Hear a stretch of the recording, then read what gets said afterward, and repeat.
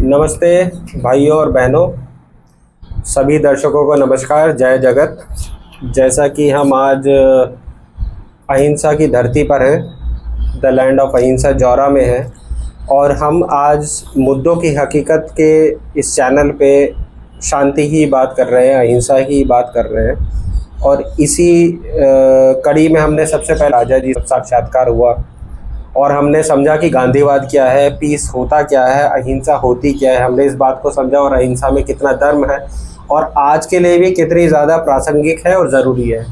फिर हमने दूसरे एपिसोड में जो है हमने आपसे एक बागी से मिलवाया और हमने ये समझा कि कैसे हिंसक समाज को अहिंसा बदल सकती है और वहाँ पे क्या बदलाव आ सकता है। जो एक छोटे से हम शहर की बात नहीं कर रहे, गांव की बात नहीं कर रहे, गली की बात नहीं कर रहे, हम एक पूरे घाटी की बात कर रहे हैं, चंबल रीजन की बात कर रहे हैं जो हिंसा से भरा हुआ था, पटा हुआ था। वो आज सिर्फ अहिंसा की बात करता है और आज विश्व का अकेला ऐसा स्थान है जिसे कहा जाता है द एक्सपेरिमेंटल लैंड ऑफ अहिंसा, जहाँ अहिंसा से पूरा समाज बदला है। अब इसके बाद हम आते हैं शिक्षा पे। अब हमारा ये जो एपिसोड है मुद्दों की हकीकत में, हम इसमें शिक्षा का प्रभाव देखेंगे और जो आज दुनिया में शिक्षा का बाजारीकरण हो रखा है, स्पेशली भारत देश में जो शिक्षा का बाजारीकरण हो रखा है, उसमें गांधीवादी विचारों का क्या योगदान है और गांधीवादी विचार जब उसमें जुड़ते हैं तो शिक्षा का क्या प्रभाव पड़ता है, उसमें क्या डिफरेंस आता है। तो इसी कड़ी में हमारे साथ जो है आज एलन त्यागी जी हैं। एलन त्यागी जी, आपका नमस्कार। एलन त्यागी जी जो है जौरा में, इनका HL group of educational institutes है, ये उसी के फाउंडर हैं, डायरेक्टर हैं और राजा जी और भाई जी के साथ जुड़े हुए हैं पिछले कई सालों से। उनके साथ मूवमेंट में, एकता परिषद में बहुत काम किया है। उनके विचारों को समझते हैं पूरी तरीके से, गांधीवाद को समझते हैं, गांधी विचारों को समझते हैं। राजा जी और doctor S N Subba Rao हमारे भाई जी, उनको समझते हैं, उनके विचारों को समझते हैं। तो आज हम त्यागी जी से पूछना चाहेंगे कि शिक्षा का अहिंसा से, गांधीवादी विचारों से शिक्षा में क्या बदलाव किया जा सकता है और इस जौरा में, चंबल घाटी में आपके शिक्षण संस्थानों से क्या बदलाव आया है, क्या बदलाव आया है। तो जी त्यागी जी और भाई जी और राजा जी के विचारों से आप कितना प्रभावित हो और उसमें आपने क्या बदलाव किया है? मुद्दे की बात में आपने मुझे बुलाया, मुझे अपने विचार रखने का अवसर दिया, इसके लिए मैं आपको बहुत बहुत धन्यवाद देता हूँ। आज की शिक्षा जिस तरह की आवश्यकता है, वो अगर हम भाई जी doctor S N Subba Rao ji और राजा जी डॉक्टर PV राजगोपालन जी की नज़र से देखें तो वो बुनियादी शिक्षा के पक्षधर हैं, वो प्रैक्टिकल शिक्षा के पक्षधर हैं, वो मोरल एजुकेशन के पक्षधर हैं। राजा जी और भाई जी ये चाहते हैं, भाई जी ने कई बार कहा है हमें ऐसी शिक्षा देनी चाहिए जो केवल किताबी ज्ञान न हो, प्रैक्टिकल ज्ञान हो। भाई जी हमेशा शिक्षा स्कूल चलाने के लिए प्रेरित करते थे। भाई जी को बच्चों से विशेष लगाव था, इसलिए वो नेशनल यूथ प्रोजेक्ट के माध्यम से चिल्ड्रन फेस्टिवल्स का आयोजन करते थे। उस चिल्ड्रन फेस्टिवल 5 दिन के होते थे, नवंबर में या दिसंबर में के लास्ट वीक में होते थे। इस तरीके के वो 22 चिल्ड्रन फेस्टिवल अभी तक हो चुके हैं, नेशनल और इंटरनेशनल लेवल के, जिसमें से 20 चिल्ड्रन फेस्टिवल भाई जी के रहते हुए उसमें वो एजुकेशन के स्वरूप को दर्शाते थे, वो बहुभाषा पर जोर देते थे। भाई जी हमेशा कहते थे आप ज़्यादा से ज़्यादा सीखिए, प्रैक्टिकल सीखिए। अभी तक जो एजुकेशन यहाँ चल रही है वो किताबी ज्ञान चल रहा है, बच्चों पर दबाव डाला जा रहा है, किताबों का बाजारीकरण किया जा रहा है, शिक्षा को औद्योगिकरण बनाया जा रहा है। अभी देखेंगे हम तो भाई जी की जो सोच थी उसमें वो बिल्डिंगों को महत्व नहीं देते थे, वो योग्य शिक्षकों को महत्व देते थे। वो चाहते थे, उनकी सोच थी कि टीचर स्वयं एक स्टूडेंट हो, हमेशा सीखता रहे, टीचर के अंदर मॉरलिटी हो, टीचर के अंदर डिसिप्लिन हो, टीचर एक्सपीरियंस होल्डर हो, टीचर व्यवहारिक हो, टीचर सहृदय हो, टीचर सरल हो, ये सारी क्वालिटी टीचर्स की हो। भाई जी हमेशा कहते थे 1 घंटा देह को 1 घंटा देश को दें। यानी भाई जी ऐसी शिक्षा के पक्षधर थे जो हमें लाचार नहीं बनाए।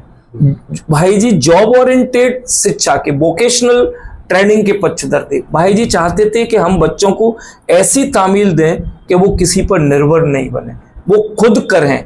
इसलिए भाई जी जब भी उनके चिल्ड्रन फेस्टिवल होते थे तो मल्टी टैलेंट एक्सचेंज प्रोग्राम उनके चलते थे। चिल्ड्रन फेस्टिवल में पूरे देश भर से और कभी कभी तो कई देशों से, जिन्हें हम इंटरनेशनल चिल्ड्रन फेस्टिवल का नाम देते थे, बच्चे आते थे, यहाँ रहते थे। भाई जी चाहते थे कि हम कल्चर को समझें, हमारे देश भर की कल्चर को समझें। मध्य प्रदेश का बच्चा उत्तर प्रदेश की कल्चर को समझे, मध्य प्रदेश का बच्चा नॉर्थ ईस्ट की कल्चर को समझे, मध्य प्रदेश का बच्चा राजस्थान की कल्चर को समझे, और एक दूसरे प्रदेश के बच्चे एक दूसरे प्रदेश की भाषा ही नहीं, कल्चर भी, वहाँ का व्यवहार भी समझे, वहाँ की आवश्यकताओं को भी समझे। तो अगर भाई जी आज होते और राजा जी स्कूल डालते तो वो आज तक की जो सीमेंट के बड़े बड़े जंगल खड़े हुए हैं, अट्रैक्शन वाली जो बिल्डिंगें बनी हुई हैं, कई हजारों के फीस के जो विद्यालय बने हैं, वो इसके पक्षधर नहीं थे। वो चाहते थे कि आज की शिक्षा ऐसी हो, आज के इंस्टीट्यूट ऐसे हो जो दूर गांव में बैठे हुए गरीब बच्चे को भी शिक्षा मिले, गरीब से गरीब लास्ट लाइन का बच्चा भी एजुकेशन प्राप्त कर सके, वो सस्ती और अच्छी एजुकेशन के पक्षधर थे। इसमें मैं एक सवाल पूछना चाहूँगा जो बहुत प्रैक्टिकल सवाल है, और शायद लोग भी इस बात को पूछेंगे कि जो आजकल शिक्षा का बाजारीकरण है, या जो आप बिल्डिंग की बात कर रहे हैं, तो होता क्या है कि जब तक बिल्डिंग अच्छी ना हो, फैसिलिटी अच्छी ना हो, अच्छा टीचर नहीं आता है। आप ज़्यादा सैलरी मत नहीं दोगे तो अच्छा टीचर नहीं आएगा। तो आप इंफ्रास्ट्रक्चर में कम इन्वेस्ट करके, फैसिलिटीज़ में कम इन्वेस्ट करके अच्छे टीचर्स को कैसे अट्रैक्ट करेंगे कि जो कम शिक्षा में और अभावों में रह के जो है अच्छी शिक्षा दे सके? नहीं, ऐसा क्या है, आप जो कह रहे हैं वो बात बिल्कुल सही है। अट्रैक्शन मांगता है, एक अच्छा टीचर आप लेके आएंगे तो उसके लिए आपको अधिक पैसा देना पड़ेगा। लेकिन होता क्या है कि जो आज शिक्षा की दुकानें चल रही हैं वो बच्चों से बहुत महंगी फीस लेते हैं, उसका कुछ हिस्सा भी वो टीचर्स को नहीं देते। छात्रों की संख्या अगर 30 और 40 का रेशियो बच्चों का क्लास में रखा जाए तो उससे मिनिमम फीस लेकर के अगर ईमानदारी के साथ उस हिस्से को टीचर पर और इम्प्लीमेंट करने के लिए संसाधनों पर खर्च किया जाए तो कम फीस से भी टीचर्स के सर्वाइवल के लिए हम पैसा दे करके और उससे टीचर ला सकते हैं। अगर ईमानदारी से जिनका विद्यालय है वो ईमानदारी से काम करें और ये सोचे मुझे आटे में नमक की तरह पैसा इस विद्यालय से लेना है, तो ये सारी चीजें की जा सकती है। इसका मतलब जो गांधी विचार है कि नीड हो ग्रीड ना हो, यस, है ना, अगर इतना हो जाए तो एक शिक्षण संस्थान भी कम पैसों में चल सकता है। बिल्कुल चला रहे हैं, हम खुद चला रहे हैं, कम फीस में चला रहे हैं, हम कम फीस में अच्छी एजुकेशन दे रहे हैं। हमारे यहाँ जो इंस्टीट्यूट मेरा HL group of educational institute है उसमें आठ पड़ोस के जो एजुकेटेड ट्रेंड टीचर्स हैं उनको हम लाते हैं और उनको सर्वाइवल के लिए पैसे देते हैं। भाई देखिए, कोई बच्चा, कोई टीचर आपके यहाँ पढ़ा रहा है, उसकी फैमिली है, उसके बच्चे हैं, तो उनके बच्चों की एजुकेशन का जुम्मा आपका इंस्टीट्यूट उठाए, आपको तो कुछ देना नहीं है। उसके 2 बच्चे हैं, 2 बच्चों की एजुकेशन फ्री करिए। मेरे यहाँ जो टीचर्स हैं उनके बच्चों की एजुकेशन फ्री है, तो कम पेमेंट पे भी मेरे यहाँ काम करेंगे। इससे संस्था पे भी बढ़ना नहीं पड़ता है, वो भी सर्वाइव कर सकते हैं। लेकिन आज हो क्या रहा है, जो पैसे वाले हैं, जो जिनके पास अधिक पैसा है, वो ब्लैक मनी को व्हाइट करने के लिए पैसा एजुकेशन के फील्ड में लगा रहे हैं और उस पैसे से पैसा कमा रहे हैं। तो ऐसे लोगों को वो इनवाइट कर रहे हैं जो खुद पैसा अच्छा लगा करके अच्छी बिल्डिंग बना रहे हैं, फिर अच्छे पैसे वालों के लोगों, बच्चों को वो वहां पढ़ा रहे हैं। इसका एक सब इंस्टीट्यूट ये भी हो सकता है कि आप अच्छी बिल्डिंग बना के, अच्छा इंफ्रास्ट्रक्चर दे करके अपने इंस्टीट्यूट को 2 ग्रुपों में डिवाइड करें, जैसा हमने डिवाइड किया है। एक जो अच्छे पैसे देने में सक्षम लोग हैं उन लोगों से उतना पैसा लिया जाए और गरीब और नीडी लोग हैं उनसे फीस में कम किया जाए। तो इस तरीके से एक अच्छा इंस्टीट्यूट हम 20 साल से चला रहे हैं और हमारे संस्थान में ऐसे बच्चे भी हैं जो वास्तव में गरीब हैं, वो फ्री एजुकेशन भी ले रहे हैं। इसमें मिडिल क्लास कैसे फिट होगा? क्योंकि मिडिल क्लास की तो कहानी है कि उसे बिल्डिंग अच्छी चाहिए, स्कूल अच्छा चाहिए, लेकिन फीस तो वो भी नहीं दे सकता, है ना? लेकिन हाँ, ये है, अब इस कंडीशन में यही हो रहा है कि गार्जियंस इधर उधर भटक रहे हैं जी। उनको जो इंफ्रास्ट्रक्चर चाहिए वो नहीं मिल पा रहा है, वो वहां तक अप्रोच नहीं है, पर सही निर्णय न लेने के अभाव में वो अपने बच्चों को बेस्ट एजुकेशन नहीं दे पा रहे हैं। इसका यही तरीका है, इसी तरीके से हो सकता है कि हम गार्जियंस को समझाएं, और अगर स्कूल का डायरेक्टर है, स्कूल का फाउंडर है, स्कूल का ओनर है, उसके अंदर सद्भावना है, वो अगर इस पैटर्न पे काम करता है कि जो देने में सक्षम है उसे ठीक ठाक फीस लेंगे, और जो नीडी है उसके लिए फीस में कंसेशन होगा। इसमें जैसे हमारा इंस्टीट्यूट है HL group of educational institute, तो ये दो ग्रुपों में चल रहा है। एक HL हायर सेकेंडरी स्कूल है, एक HL बचपन स्कूल है। तो जो पैसे वाले हैं उनके बच्चे HL बचपन स्कूल को अट्रैक्ट करते हैं, उसमें जा रहे हैं। उनकी फीस से जो कुछ सीट हमने उसमें रिजर्व कर रखी है मिडिल क्लास के लिए, तो मिडिल क्लास के बच्चे उसमें भी एजुकेशन ले सकते हैं। कुछ रेशियो बनाया हुआ है हमने। आपका इंस्टीट्यूट कहाँ पर है? हमारे 3-4 इंस्टीट्यूट हैं। एक इंस्टीट्यूट जो मेन ब्रांच है, मदर ब्रांच है, वो HL ग्रुप का HL हायर सेकेंडरी स्कूल जोरा में ही भगत सिंह कॉलोनी में है। उसकी एक ब्रांच है, सिटी ब्रांच है HL बचपन स्कूल जो सदर बाजार में है। एक HL LN त्यागी इंग्लिश पॉइंट है, जिसको अपन HL इंग्लिश पॉइंट के नाम से है, वो भी बाजार में है। उसमें बच्चों से फीस नहीं ली जाती है, निःशुल्क वो चलता है। वो उन बच्चों की क्लासेज उसमें लगती है जो बाजार में पढ़ के आ रहे हैं, फिर उनकी जो डाउट क्लियर क्लासेज हैं उस तरीके की क्लासेस हम उसमें लगाते हैं।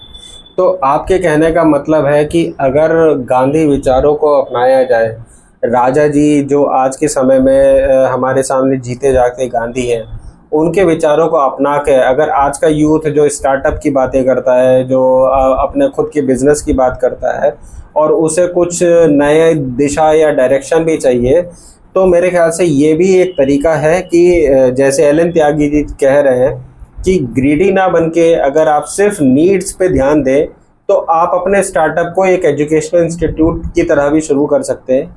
आपकी बिल्डिंग इंफ्रास्ट्रक्चर बहुत ज़्यादा अच्छा ना हो, आप उसमें अपने फ़ायदे के बारे में ज़्यादा ना सोचें, आप पहले उसको बढ़ाने के बारे में सोचें, और संस्थान को ऐसा बनाएं कि अच्छे शिक्षक आएँ, भले ही कम पैसे में आएँ, लेकिन अच्छे शिक्षक जुड़े, ऐसे संस्थानों के साथ जुड़े जहाँ से अच्छे शिक्षक कम पैसे में मिल सके, लेकिन वो शिक्षा पे ध्यान दे, पैसे पे ध्यान न दे। तो इससे क्या है कि जो ज़रूरतमंद का तबका है, गरीब तबका है, और इवन मिडिल क्लास का भी जो तबका है, मिडिल क्लास का भी जो आज की डेट में शहरों में 6-6, 8-8, 10-10 हज़ार रुपये फीस दे रहे हैं बच्चों की, वो दे नहीं सकते, उनके बस का नहीं है, लेकिन वो दे रहे हैं क्योंकि उनकी मजबूरी है। तो ऐसे लोगों के लिए इस तरह के संस्थान जो गांधीवादी विचारों से प्रभावित हो, इस तरह के संस्थानों की बहुत आवश्यकता है, और बड़े बड़े जितने भी शहर हैं उन सब में तो बहुत ज़्यादा आवश्यकता है कि इस तरीके के संस्थान बनाए जाएं। नए स्टार्टअप जो नए युवा हैं उनसे आग्रह है इस बात का कि वो इस तरीके के संस्थान बनाने में अपना ध्यान लगाएं, कोशिश करें। और अगर उनको समझना है तो LN त्यागी जी है यहाँ पे जौरा में, जिनसे कनेक्ट किया जा सकता है। महात्मा गांधी सेवा आश्रम है कि क्या गांधीवादी विचार हैं और किस तरीके से जो गांधी विचार हैं, जिसमें कि वोकेशनल एजुकेशन, प्रैक्टिकल एजुकेशन और फाउंडेशनल एजुकेशन को किस तरीके से प्रभावित करके बच्चों को का जीवन भी सुधारा जाए, अपना भी एक कैरियर बने और रोजगार भी उत्पन्न हो। अभी बच्चों के अंदर जैसा मैं देख पा रहा हूँ, मुझे एजुकेशन के फील्ड में लगभग 35 ईयर्स हो गए जी। मैं 50 ईयर्स का हूँ अभी, और उसमें से जब मैं 9th-10th में था तभी से बच्चों को एजुकेशन इम्पार्ट करता था। मैं अपने साथ जो मेरे साथ जूनियर थे, 10th क्लास में मैं पढ़ता था तब 8th क्लास के बच्चों को पढ़ाता था फ्री एजुकेशन के रूप में।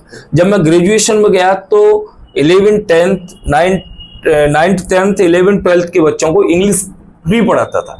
मैंने अपना जो इंस्टीट्यूट भी डाला वो भी इसी सिद्धांत पे चल के डाला कि सिंपल बनाइए उसको, उसी में से लगा के उसको वो करिए। अभी होता क्या है, व्यक्ति अपना अच्छा खासा अमाउंट अपने स्टार्टअप में लगाता है, जब वो पैसा इन्वेस्ट करता है तो उससे उसको आमदनी होती है। मैंने कर्ज लेके अपना इंस्टीट्यूट स्टार्ट किया। उस कर्ज से ही वो जो थोड़ा थोड़ा पैसा बचा करके मैंने उसको खड़ा किया, और उसी का परिणाम होता क्या है, जब आपका वंशानुगत जो पैसा है वो अगर आप अपनी प्रॉपर्टी में से लगाते हैं तो आपके परिवार वाले आप पर दबाव बनाते हैं कि आपने वंशानुगत पैसा इस बिल्डिंग को बनाने में, इसका इंफ्रास्ट्रक्चर तैयार करने में लगाया है, तो इस पे हमारा हक है। मैंने ऐसा नहीं किया, कर्ज लेके अपने इंस्टीट्यूट को स्टार्ट किया, और मैंने अपनी फैमिली से भी कह दिया है it's not for you, it's for society. और अब हम 20 इयर्स कंप्लीट करने के बाद इसी सिद्धांत पर काम कर रहे हैं कि अभी लोकेलिटी में हमने काम किया, अब हम गांवों की ओर जा रहे हैं। गांवों में भी मिनिमम फीस रखी है। अभी हमने मीटिंग की, हम गांव गांव जाकर के मीटिंग कर रहे हैं, और मिनिमम फीस में बेस्ट एजुकेशन देने के लिए हम लोग प्रतिबद्ध हैं। मैं एक और वीडियो को खत्म करने से पहले आपसे पूछना चाहूँगा, सिर्फ 2 सवाल और पूछना चाहूँगा। एक तो ये जो आपने NYP बताया, इसके बारे में थोड़ा सा बताइए कि NYP क्या है और ये कैसे शुरू हुआ, इसमें क्या फंड आता है, और दूसरा ये जो मल्टी टैलेंट एक्सचेंज प्रोग्राम है इसके बारे में थोड़ा सा बताइए, फिर हम इस वीडियो को NYP डॉक्टर एस.एन. सुब्बाराव जी द्वारा फाउंडेड एक नेशनल यूथ प्रोजेक्ट प्रोग्राम है। इसमें वो युवाओं के कार्यक्रम चलाते हैं, इसमें श्रमदान करते हैं, डिफरेंट स्टेट्स के युवा आते हैं और पर्सनालिटी डेवलपमेंट का काम करते हैं। उसमें अलग अलग भाषा सीखते हैं लोग। वो 5 से 7 दिन का वो कार्यक्रम होता है। उस कार्यक्रम में विधिवत सुबह से लेकर के और शाम तक का मिनट टू मिनट प्रोग्राम होता है। उसमें देश के बारे में बताते हैं, उसमें इंटीग्रिटी के बारे में बताते हैं, उसमें फ्लैग होस्ट और फ्लैग के किस तरीके से। अभी तो स्थिति ये है कि इतने वर्ष होने के बावजूद भी लोग बाग ध्वजारोहण करना नहीं जानते, ध्वज कैसे फहराया जाता है, ध्रुव में कैसे गांठें लगाई जाती हैं, ये तक नहीं जानते। तो भाई जी के जितने भी कैंप चलते थे वो युवाओं को सिखाते थे। दूसरा उसमें क्या होता, कॉन्फिडेंस डेवलपमेंट का। मैं आपके सामने एक उदाहरण बैठा हुआ हूं। एक स्टेट से दूसरे स्टेट तक युवाओं को जाने में डर लगता है, लेकिन आज भाई जी ने जो नेशनल यूथ प्रोजेक्ट कार्यक्रम चलाया, उसके तहत चिल्ड्रन फेस्टिवल आयोजित हुए। उस चिल्ड्रन फेस्टिवल में, जिस जगह पर चिल्ड्रन फेस्टिवल आयोजित होता है, उस स्कूल, उस लोकेलिटी के स्कूल के बच्चे इकट्ठे होते हैं। ये 9 से 14 साल तक के बच्चों के बीच में होता है, और उसमें गर्ल्स और बॉयज अलग स्टेटों से आती हैं, और वो वहां रहते हैं। दिन भर कैंप में कार्य करेंगे, रहेंगे। उसमें जो टैलेंट एक्सचेंज के कार्यक्रम होंगे वो आयोजित होंगे। रात को वो फूड शेयरिंग कार्यक्रम के लिए एक बच्चे के घर एक बच्चा जाएगा।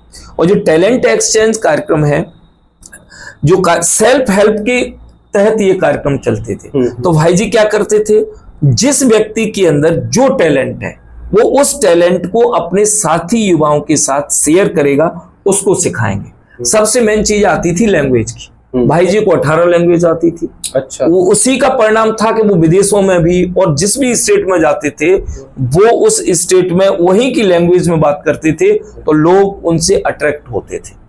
तो टैलेंट एक्सचेंज प्रोग्राम के तहत जिसको जो टैलेंट है वो कम से कम अपने 2-4 साथियों को सिखाएगा। जब वो सीख लेगा, भाषा भी सीखेगा, उसमें कुछ रॉ मटेरियल से कुछ बनाने का भी है, बॉडी से जुड़ा हुआ भी है, एजुकेशन से जुड़ा हुआ भी है। भाषा की क्लासेस तो लगती ही थी, डांस है, म्यूजिक है, जो भी चीज जिसको जिस तरीके आर्ट है, क्राफ्ट है, छोटे छोटे कार्यक्रम होते थे, उसमें सीख के आते थे। तो आपने देखा कि गांधीवादी विचारों से एजुकेशन में, शिक्षा में भी कितना बदलाव आ सकता है, और गांधी विचारों का शिक्षा के बाजारीकरण को रोकने में भी कितना सहयोग है, योगदान है। तो आज के समय में कितना प्रासंगिक है गांधी विचारों को समझना और उसको लागू करना अपने जीवन में। और आज के युवा को, या जो नया वर्ग है जो बिजनेस करना चाहता है, जो अपना स्टार्टअप शुरू करना चाहता है, उसको भी अपना स्टार्टअप शुरू करने से पहले मेरे हिसाब से एक बार गांधी विचारों को समझना चाहिए, पढ़ना चाहिए। और अगर आप शिक्षा के व्यवसाय में आना चाहते हैं तो एक बार इसको समझिए, जौरा आइए। और नहीं तो ऑनलाइन यूट्यूब में बहुत सारी वीडियोस होंगी, आप सीख सकते हैं कि गांधी विचार क्या है, उसका एजुकेशन से क्या प्रासंगिकता है, और किस तरीके से एक ज़रूरतमंद शिक्षण संस्थान, या उसे हम व्यवसाय तो नहीं कहेंगे, लेकिन एक ऐसा शिक्षण संस्थान जिससे आपके व्यवसाय का भी पूरा हो कार्य, आपका उद्देश्य भी पूरा हो और समाज का भी भला हो, इस तरीके का एक किस तरीके से स्टार्टअप शुरू किया जा सकता है, ये भी गांधी विचारों से समझा जा सकता है। शिक्षण संस्थान के बारे की नींव कैसे रखी जानी चाहिए वो हम समझ गए कि गांधीवादी विचारों के सहारे एक तो प्रैक्टिकल एजुकेशन होनी चाहिए, फाउंडेशनल हो, इंफ्रास्ट्रक्चर पे कम ध्यान दे, अच्छे शिक्षकों को लेकर आए। इसके लिए टूल्स की क्या ज़रूरत है आज की डेट में जो बच्चों की मदद कर सके उस शिक्षण संस्थान तक आने की, उस शिक्षा को अपनाने की और उन तक वो पहुँचे कि हाँ ये एक शिक्षण संस्थान है, तो वो क्या टूल है जिनकी आवश्यकता है? अभी टेक्नोलॉजी बहुत आगे तक जा रही है, सारी चीज़ें बहुत सस्ती हो रही हैं, देखने को महंगी लग रही है, लेकिन शेयरिंग जो सिस्टम है वो काफ़ी सस्ता हो गया है। अभी तो आसपास है, यहाँ कोई भी गांव 10 से 12 किलोमीटर के अंदर में है जी। आसपास बहुत सारे गांव लगे हुए हैं। तो इसके दो तरीके हो सकते हैं, एक सेंटर हो सकता है जैसे जौरा है, तो एक हमारा मेन सेंटर जौरा में हो सकता है। जौरा से 4-5 किलोमीटर के डायमीटर में जो गांव है उनसे बच्चे साइकिल से भी आ जाते हैं, जो बड़े बच्चे हैं वो साइकिल से आ जाते हैं।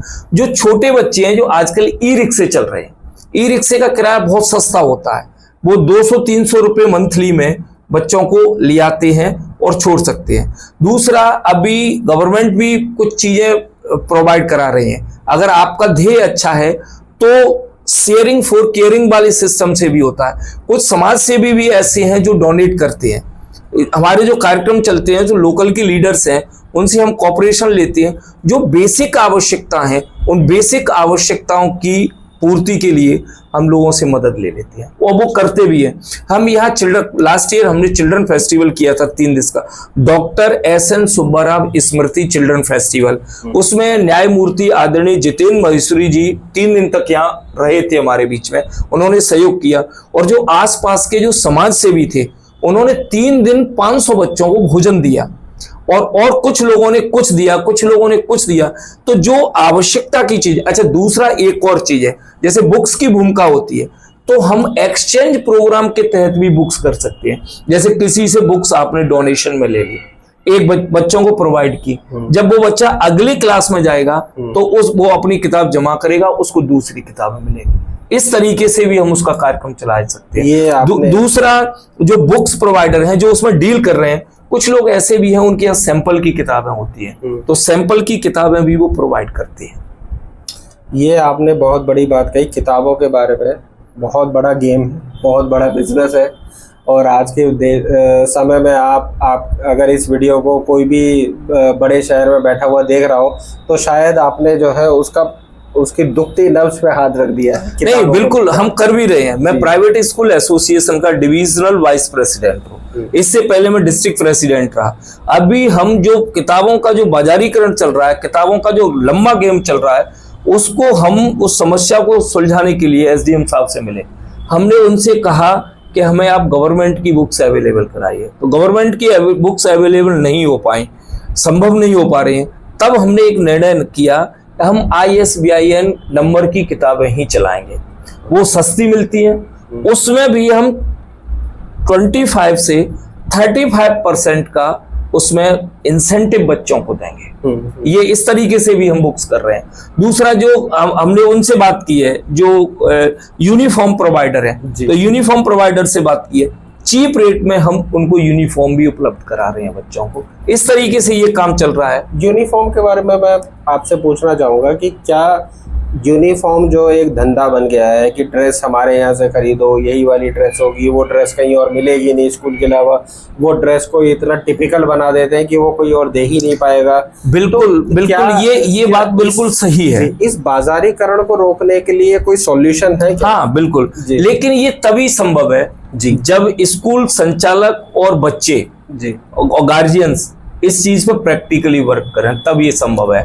हम लोगों ने क्या किया है, यूनिफॉर्म के रूप में हम लोग लोअर टी शर्ट चला रहे हैं। अच्छा। लोअर टी शर्ट से सिमेट्री भी आती है, गर्मी में बच्चों को गर्मी भी महसूस नहीं होती और सस्ते भी होते हैं। तो जो यूनिफॉर्म का जो डिपेंडेंसी है वो भी खत्म हो रही है। तो लोअर टी शर्ट कैसा, मतलब कि कुछ भी पहन के आ जाए किसी नहीं भी नहीं, रंग का, या एक निश्चित सेट पैटर्न का किया गया है और यूनिफॉर्म प्रोवाइडर को बोला गया है, तो वो चीप रेट में यूनिफॉर्म प्रोवाइड कर रहे हैं और थोड़ा सा उस पर उसका ट्रांसपोर्टेशन और उसकी व्यवस्था करने का जो हो रहा है वो उसमें जोड़ के सस्ते दामों में वो उपलब्ध कराई जा रही है। अगर इसको यूनिफॉर्म कोई बंद कर दिया जाए और बच्चों से ये कहा जाए कि अपने घर के कपड़े में आ जाए, तो क्या ये इसमें एक समस्या आती है, जैसा मैंने महसूस किया है, आपके इंस्टीट्यूट में अलग अलग कैटेगरी के बच्चे होंगे, उसमें कुछ बच्चे हाई और एक्सपेंसिव कपड़े पहन के आएंगे, कुछ बच्चे गरीब हैं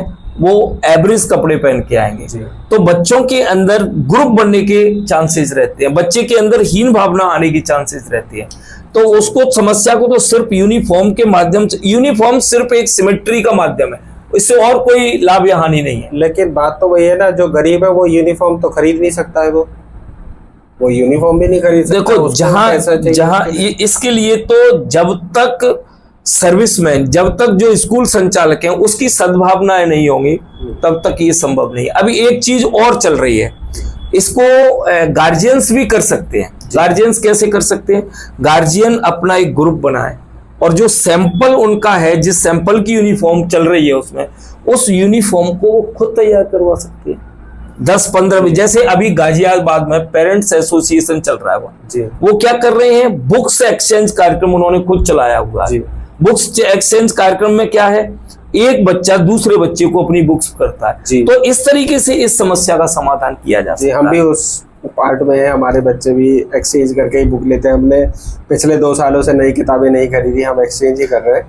अभी हम भी, मैं खुद भी इसको कर रहा हूँ। मैंने अभी स्पोकन इंग्लिश पर और इंग्लिश ग्रामर को पुष्ट करने के लिए कुछ अपने नोट्स बनाए, वो नोट्स की फोटोकॉपी करके हम बच्चों को प्रोवाइड करते हैं। वो चीप भी पड़ती है और सिमेट्रिकल भी और सिस्टमेटिक भी होती है। क्लास फर्स्ट में ये चलेगा, क्लास सेकंड में ये चलेगा, क्लास थर्ड में ये चलेगा। यूनिफॉर्म में ऐसा भी तो कर सकते हैं कि जैसे कलर भी आप फिक्स कर दीजिए कि पैंट काली या नीली हो और टी शर्ट जो है हरी या सफेद। बिल्कुल, ये होता ही है। कोई भी टी शर्ट पहनाइए, सफेद रंग की होनी चाहिए, बस काम चल जाएगा। हाँ, ये भी होता है जी, तो ये हो सकता है। लेकिन यूनिफॉर्म इतनी महंगी नहीं है जी। एक्चुअली में क्या है, स्टेटस सिंबल बना लिया है जी। फलाने इंस्टीट्यूट में अधिक फीस लग रही है, तो आपका बच्चा जा रहा है तो आपके पड़ोसी के बच्चे भी उसमें ही जाएंगे जी। स्टेटस सिंबल के लिए, वो तो यूनिफॉर्म के लिए, फीस के लिए कुछ जो चंद गार्जियंस हैं वही इस समस्या को क्रिएट करते हैं जी। इस वजह से ये समस्या क्रिएट होती है। नहीं तो हमारे यहाँ ऐसे बच्चे भी पढ़ रहे हैं जिनको हम फ्री में यूनिफॉर्म भी अवेलेबल कराते हैं।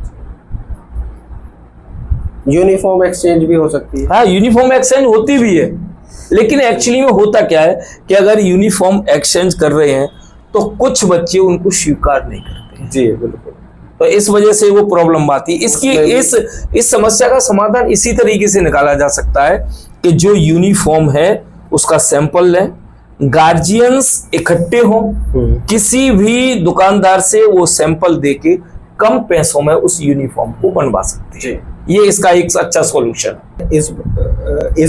इसी वार्ता को आगे बढ़ाते हुए आपसे 3 बातें पूछना चाहूँगा कि भाई जी की नज़र में जो है यूनिफॉर्म का क्या महत्व है, यूनिफॉर्म के बारे में वो कैसी बात करते, क्या सोचते, बुक्स के बारे में वो कैसे सोचते, और करिकुलम के बारे में। बुक्स के बारे में मैं इसलिए कह रहा हूँ क्योंकि आज नेशनल एजुकेशन पॉलिसी भी जब बनी है तो उसमें भी जो है बच्चों के कंधे पे लोड की बात आती है, और बच्चों के कंधे पे लोड की बात आज से नहीं हो रही, कई सालों से हो रही है। हम जब बच्चे थे तब भी बात होती थी कि बच्चे इतना लोड लेके जा रहे हैं स्कूल में, किताबें फिर ढो ढो के आ रहे हैं 4-4, 5-5 किलो, उनके फिजिकल स्ट्रक्चर पे असर पड़ता है इस चीज़ से। और किताबें छापने से पेड़ तो कटते ही ऑब्वियसली, है ना, वो पर्यावरण से भी जुड़ा हुआ है। तो इसमें भाई जी क्या कहते हैं यूनिफॉर्म को लेकर, बुक्स को लेकर और करिकुलम को लेकर? क्योंकि उनका तो आप जैसे कह रहे हैं जो गांधीवादी विचार है फाउंडेशनल एजुकेशन पे है, वोकेशनल एजुकेशन पे है, तो अगर वो होते और उनसे अगर विचार विमर्श किया जाता कि एक संस्थान के लिए यूनिफॉर्म क्या मायने रखती है, कैसी होनी चाहिए बुक्स और करिकुलम। भाई जी की नज़रों में यूनिफॉर्म एक डिसिप्लिन का माध्यम था। भाई जी खुद भी जीवन पर्यंत उन्होंने हाफ पैंट पहना और शर्ट पहनते थे। यूनिफॉर्म उनकी नज़रों में महंगी नहीं होना चाहिए, उनकी नजरों में यूनिफॉर्म कॉटन की होना चाहिए, शुद्ध देसी हाथ की बनी हुई हो और सस्ती हो। उनकी नजर, भाई जी की नजरों में यूनिफॉर्म सिर्फ एक सिमेट्री का माध्यम था कि साथ बैठेंगे तो उसमें कोई अमीर या गरीब का भेदभाव ना हो, सस्ती हो, अच्छी हो, इको फ्रेंडली हो। तो भाई जी यूनिफॉर्म के तो पक्षधर थे, क्योंकि यहाँ भी बालमंदिर हाई स्कूल चलता था, भाई जी जिसके संस्थापक थे, उसमें भी यूनिफॉर्म चलती थी, लेकिन बहुत कॉस्टली यूनिफॉर्म नहीं चलती थी। ये था। दूसरा, करिकुलम की जो बात है, भाई जी करके सीखने वाली सिद्धांत पर काम करते थे। वो कभी भी बुकिश नॉलेज के पक्षधर नहीं रहे। वो उनका मानना था टीचर खुद करे, टीचर खुद सीख के आए और उनको बच्चों से खिलाए। तो भाई जी, जब भाई जी बच्चों से विशेष स्नेह करते थे, जब भी भाई जी यहाँ आते थे तो भाई जी से मिलने बच्चे आते थे तो बिना संसाधन के गेम्स खिलाते थे भाई जी। भाई जी कभी भी डिपेंडेंसी पर निर्भर नहीं रहते थे। भाई जी कभी भी बहुत ज्यादा इंस्ट्रूमेंट के पक्षधर नहीं थे। वो गेम्स भी खिलाते थे तो बिना संसाधन वाले गेम खिलाते थे। वो ऐसे गेम खिलाते थे जो हमारी कल्चर से जुड़े हुए थे। वो ऐसे गेम्स के पक्षधर थे जो हमारी माटी के प्रति हमें लेके जाए। वो कल्चरल, जो हमारे सांस्कृतिक, जो हमारे ऐतिहासिक गेम्स थे, उनके प्रति भाई जी चाहते थे शारीरिक सौष्ठव वाले गेम्स हों। ऐसे गेम नहीं हो जो हमें सोफिस्टिकेटेड बनाए। इंडोर गेम्स के पक्षधर भाई जी बिल्कुल भी नहीं थे। भाई जी थे ऐसे गेम हो जिसमें शारीरिक एनर्जी हो लगे, और वो किताबों के पक्षधर नहीं थे।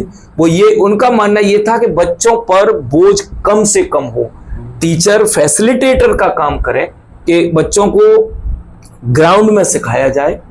केवल वो बुकिश नॉलेज के पक्षधर नहीं थे।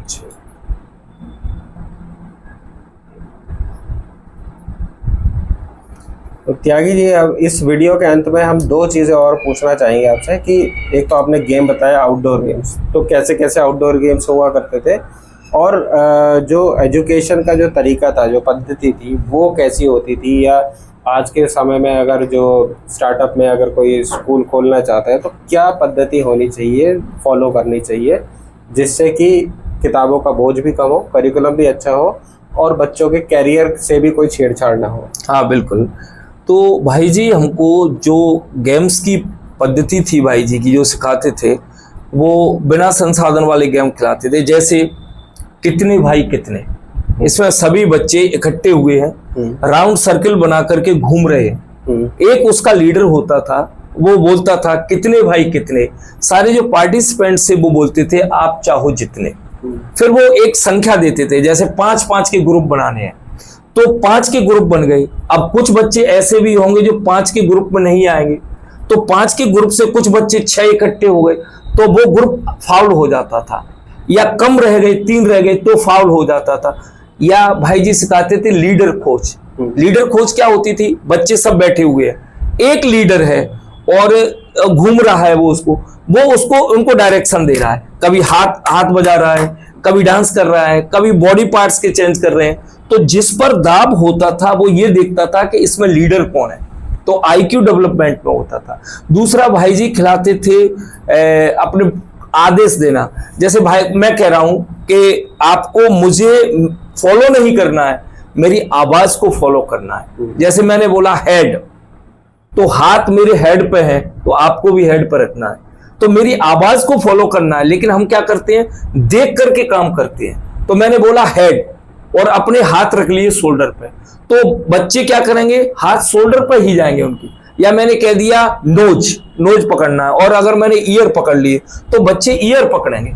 इस तरीके के गेम भाई जी कराते थे। मुझे तो टेलीफोन, वो सॉन्ग्स के कराते थे, चेयर रेस कराते थे भाई जी। ये कुछ गाना गा रहे हैं, गाने में वो पोएम्स की राइम्स गवाते थे। पोएम्स गवा रहे हैं, चेयर बैठ लगी हुई है, बंद हुआ तो हो गए। इस तरीके के जो परंपरागत हमारे गेम थे, जिनको हम सितोलिया बोलते हैं, जी। पत्थर इकट्ठे किए, उसको कलेक्ट किया और उसको मार रहे हैं। और इस तरीके से, जिसे आज हम आज के करिकुलम में लगोरी कहते हैं, इस तरीके का, कबड्डी थी, मलखम्ब था, इस तरीके के गेम्स के भाई जी पक्षधर थे। मुझे लगता है जितने भी युवा इस वक्त आपकी बात को सुन रहे होंगे, गेम सुने हैं, और जो भी प्रोफेशनल लाइफ में आज की डेट में है, वो सब मुस्कुरा रहे होंगे इस वक्त, क्योंकि आज की डेट में इसी को आइस ब्रेकर कहा जाता है। भाई जी ने एक बार ऐसा गेम खिलाया, कुछ गुब्बारे भर के इकट्ठे करके उनको दिए जी, और उनको गुब्बारे फुलाने का दिया। कुछ गुब्बारे इकट्ठे हैं, गुब्बारे फोड़ने का काम किया कि आप इसको उल के पैरों से करेंगे। एक एग्जांपल उन्होंने एक बार इस तरीके का भी गेम करवाया कि कुछ 20 लोग हैं, 20 लोगों के नाम गुब्बारे पर लिखे, उनको फुला के छोड़ दिया। अब आपको अपने नाम का गुब्बारा इकट्ठा करना है, तो उसमें क्या है, हौच पौच होती है। लेकिन अगर आप IQ से काम करेंगे तो जिस व्यक्ति पर जिस के भी नाम का गुब्बारा आया वो उसका नाम बोल के उसको एक्सचेंज कर रहा है। तो इस तरीके की इससे सद्भावना भी जागृत होगी, इस तरीके का। और भाई जी जो करिकुलम की जो बात करते थे वो हमेशा ही इस तरीके का उनका रहता था कि 1 मिनट भी फ्री नहीं हो।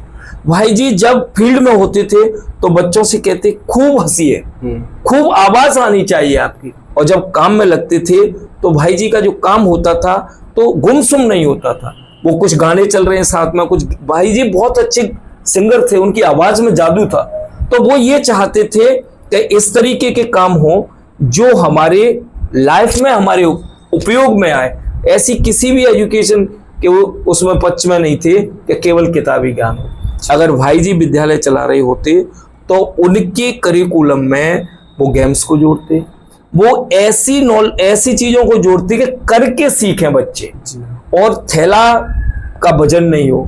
जब करके सीखेंगे तो जो टीचर होगा वो फैसिलिटेटर का काम करेगा, बच्चे वही करके जाएंगे, घर जाकर के फ्री होल्ड रहेंगे। जी, आपकी बात सुन के मेरे ख्याल से हर प्रोफेशनल आज की डेट में हंस रहा होगा कि अच्छा ये आइस ब्रेकर तो जो आज प्रोफेशनल लाइफ में टीम बिल्डिंग एक्सरसाइजेज में होते हैं वो भाई जी कब करा रहे थे, और हाँ बिल्कुल बिल्कुल उन्होंने कब से इन्वॉल्व किया हुआ था। तो ये सोचिए कि कितने दूरदर्शी थे।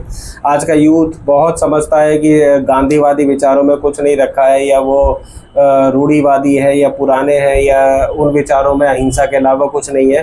गांधी विचारों में बहुत कुछ है और अहिंसा के अलावा बहुत कुछ है, भरा पड़ा है वो विचारधारा। उसको सुनने की, समझने की आवश्यकता है। और आप देखिए कि अभी जो त्यागी जी ने जो बात कही, मेरे ख्याल से आज इससे सुनने वाला, इस वीडियो को देखने वाला हर यूथ समझ रहा होगा कि कितनी ज़्यादा प्रासंगिकता है इन विचारों में, गांधी विचारों में, गांधीवादी विचारों में, जो आज के लिए भी बिल्कुल उतने ही उपयोगी है। वो करिकुलम की भी बात करते हैं तो उस करिकुलम की बात करते हैं तो जो आज इंटरनेशनल एजेंसीज करवा रही हैं, यूथ को सिखा रही हैं टीम बिल्डिंग एक्सरसाइज में, वो आज से 20, 25, 30 साल पहले वो करवा चुके थे। लेकिन हम, वही बात है कि घर की मुर्गी दाल बराबर, गांधी और भाई जी और राजा जी भारत के हैं, इसलिए हम उनको सुनते नहीं हैं, समझते नहीं हैं। विदेशों से कुछ आता है तो उसको एकदम से अपना लेते हैं। तो स्वदेशी अपनाइए और स्वदेशी विचार भी अपनाइए तो बहुत कुछ मिलेगा, और बहुत कम पैसे में हमें बहुत कुछ मिल जाएगा। जो इस देश में है, खजाना है, ये सारी विचारधाराएं समुद्र में छिपे हुए मोतियों की तरह हैं, जिन्हें निकालने की आवश्यकता है। हमारे घर के ही समुद्र हैं, हमारे घर के ही तल हैं, बस एक बार निकाल ले फिर मोती हमारे हैं। तो इस सब के साथ बहुत बहुत धन्यवाद। धन्यवाद सर। जय जगत। जय जगत। जय जगत।